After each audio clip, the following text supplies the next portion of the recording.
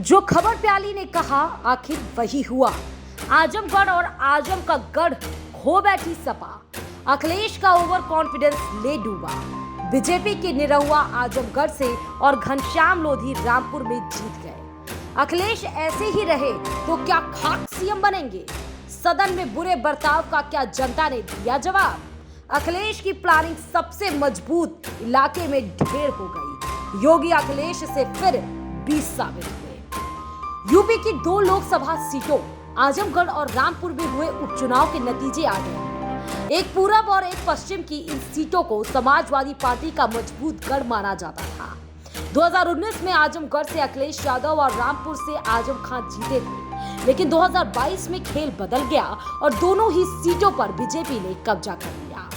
आजमगढ़ में निरहुआ ने सपा के धर्मेंद्र यादव को 11,000 से ज्यादा वोटों से हराया, तो रामपुर में कभी आजम के करीबी रहे घनश्याम लोधी ने सपा के आसिम रजा को 42,000 वोटों से हराया।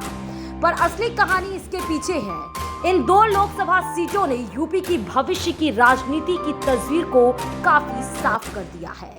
अभी कुछ महीने पहले ही विधानसभा चुनाव हुए थे, तब आजमगढ़ के सभी 10 विधानसभा सीटों पर सपा का कब्जा हुआ था। रामपुर की 5 विधानसभा सीटों में से 3 सपा के खाते में थी, लेकिन लोकसभा उपचुनाव आते आते कहानी कैसे बिगड़ गई, हम आपको समझाते हैं। पहले तो वो बातें जानिए जो सपा के खिलाफ चली गई। पहला तो ये कि अखिलेश ने यहाँ पर धर्मेंद्र यादव को प्रत्याशी बनाया, जिनका पूर्वांचल से कोई लेना देना नहीं, ना ही वहाँ उनका कोई क्रेज है। अखिलेश ने सोचा कि जो प्यार मुलायम और अखिलेश को आजमगढ़ से मिला, वही धर्मेंद्र को भी मिलेगा, जो उनकी गलतफहमी ही थी। पहले डिंपल को यहाँ से लड़ाने की बात थी। हो सकता है डिंपल वाला कार्ड काम कर जाता, पर धर्मेंद्र को उतारना गलत साबित हुआ। यही गलती रामपुर में भी हुई। वहां घनश्याम लोधी के समर्थन पर कांग्रेस के पूर्व प्रत्याशी आ गए थे, फिर भी मुस्लिम कार्ड पर ही अखिलेश ने भरोसा किया। रामपुर के वही मुस्लिम जो आजम खान के साथ अखिलेश के बर्ताव से नाराज थे, उन्होंने ये हार देकर अखिलेश को जवाब दिया है कि फायदे के लिए वो इस्तेमाल नहीं होंगे। अखिलेश दोनों ही सीटों पर ना तो प्रचार करने गए, ना ही कोई बड़ी प्लानिंग की। घर में बैठकर ही बड़े बड़े दावे किए जाते रहे। अखिलेश ने विधानसभा में जिस तरह का बर्ताव किया, वो भी जनता को पसंद नहीं आया। अखिलेश इससे पहले एक मंझे हुए नेता की तरह नजर आते थे।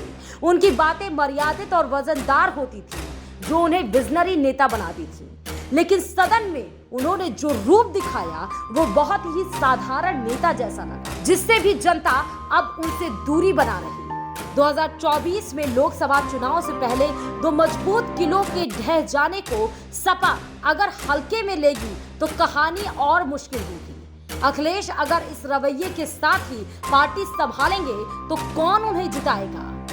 बीजेपी ने उपचुनाव में पूरी ताकत लगा दी। योगी निरहुआ के लिए रैली पर रैली करते रहे और ये साबित करके दिखा दिया कि पूर्वांचल में योगी का दबदबा उन इलाकों में भी बढ़ रहा है जो सपा के सेफ जोन माने जाते रहे। अखिलेश का ओवर कॉन्फिडेंस उन्हें हर जगह पीछे कर रहा, पर अखिलेश ना जाने किस सपने की दुनिया में है। ना कार्यकर्ताओं की सुनी जा रही, ना जमीन पर संघर्ष हो रहा। सदन में तू तड़ाक करने से जनता से करीबी ना बढ़ेगी। अखिलेश जी, उसके लिए एक दिन नहीं, हर दिन संघर्ष करना ही पड़ेगा, नहीं तो आजमगढ़ और रामपुर के नतीजे काफी कुछ बताने के लिए साफ है। अग्निवीर का गुस्सा बलिया और पूर्वांचल में दिखा जरूर, पर वोट देते वक्त योजनाएं, लाभ और बदलाव ही याद रहा। अब अखिलेश ईवीएम पर इल्जाम लगाएं या सरकारी मशीनरी के दुरुपयोग की दुहाई दे, ये सब मन बहलाने के लिए ही होगा। जीतने के लिए अखिलेश को सच्चाई समझनी पड़ेगी। ब्यूरो रिपोर्ट, खबर प्यारी। खबरों की ज्यादा जानकारी के लिए अपने पसंदीदा चैनल खबर प्यारी को लाइक करें, शेयर करें और सब्सक्राइब करें।